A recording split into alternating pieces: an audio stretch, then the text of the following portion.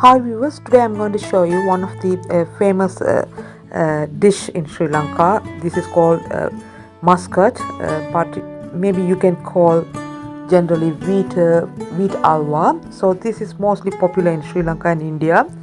So let's start to make this, the wheat alwa.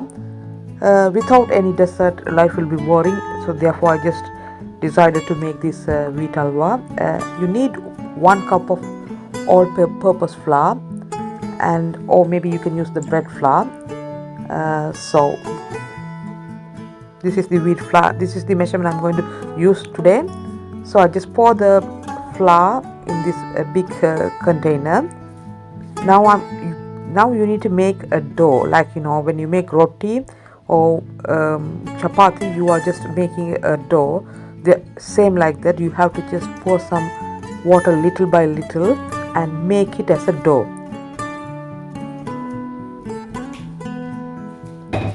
I use this water. So once one is ready, then you have to pour 1.5 cup of water and soak it for 10 hours.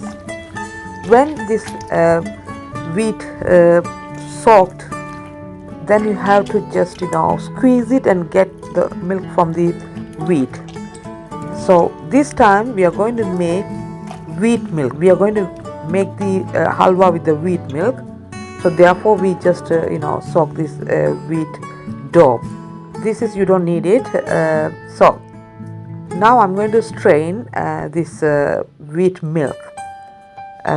So, and also again I need to just this wheat milk is going to be stay another 2 hours because I need to get the water from this wheat milk. Therefore I just leave it aside. So now I'm going to just fry this cashew nut. So you can use any cashew nut, maybe almond or maybe pista or anything, but I have cashew nut, so I'm just going to use cashew nut. This is I just I can I used ghee this time, so you can use clarified butter. So you need to fry this cashew nut, but you have to fry it in very low heat, otherwise this cashew nut will be burn. So you should make sure you have to make sure your flame right. So now this cashew nuts is ready now. So you have to just take it as a gold, when it comes golden color. Now you need 1 cup of sugar. You have to measure with the same cup, right? So this, you need 1 cup of sugar, and you need 1 cup of water to make the sugar syrup, and some cardamom, or maybe you can use the saffron. So this is you have to, before you started to cook, you have to grease the tray, and also you need some the foil. So this is this time I'm going to use green color. So this is you can see the layers. The water comes up, and the wheat milk is going down. So basically you have to strain this water from this wheat milk, because the purpose is like you need to get the very thick wheat milk. So therefore I strained that water, because it was just now I just pour 1 cup of water here, and to make the sugar syrup. So I add some green color, and I'm just cook it in medium heat. Maybe it's when the water boil, then you have to add the 1 cup of sugar, and you have to mix it until the sugar dissolve in the water. You have to stir it.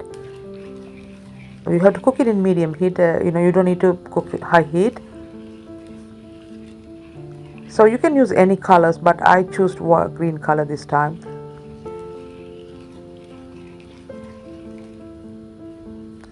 Now I'm going to add wheat milk. So I just add this wheat milk in this point. So I'm going to stir it carefully, because you have to make sure the flame is very in medium heat. So you have to stir it continuously. In this point you can't stop to stir it. If you are stopping to stir this mix, then your muscat will be burn, and you won't get a proper consistency. So therefore you are continuously stirring it. That is the very important part to make this muscat or wheat halwa. So you can see this, the wheat milk and the sugar syrup is mixed together. I mean the mixing together. Therefore you able to see these, the thickness. It's developing little by little. This thickness developing because of wheat milk. So you have to cook it until this. So now you are add the ghee little by little, or maybe you can add some butter, and also you need 250 gram for this quantity. You need 250 gram ghee, or I think butter.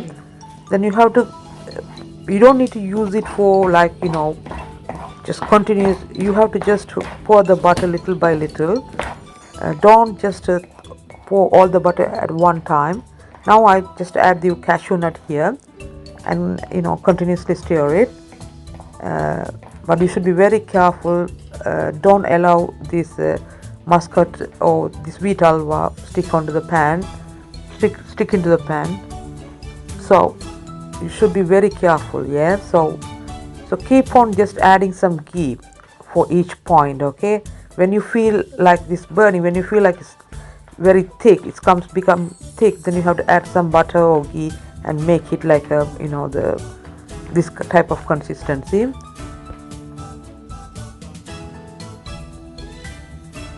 So I just add some butter here because my ghee is finished, so therefore I just add clarified butter. So I think this is the right. I think our wheat halwa is nearly ready. So you have to continuously stirring it. It's very hard job. Now I just transfer the wheat halwa into this tray, and you have to turn the tray upside down because you have to cool down for 1 hour. Then you have to turn the tray upside down. So you should make sure you have to just leave it for 1 hour to cool down. Then you have to just cut into square shape. Maybe you can cut as a square shape or diamond shape.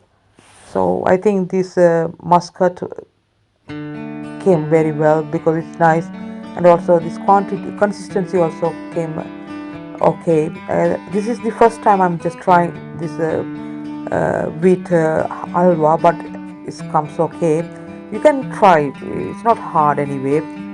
I thought before I started it's going to be very hard, but it's not hard. You can easily make it.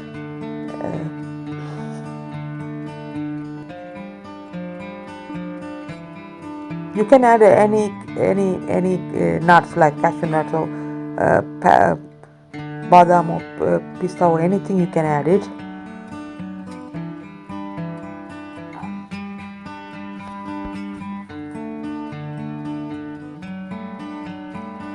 I think this amazing muscat halwa is ready. I have tasted. Really it is tasty, and it's very soft, and it's come okay. So if you are never try this recipe, you can try it. It's not going to be hard. It's very easy to make. Thank you for watching my channel. I'll see you in another time. Bye now.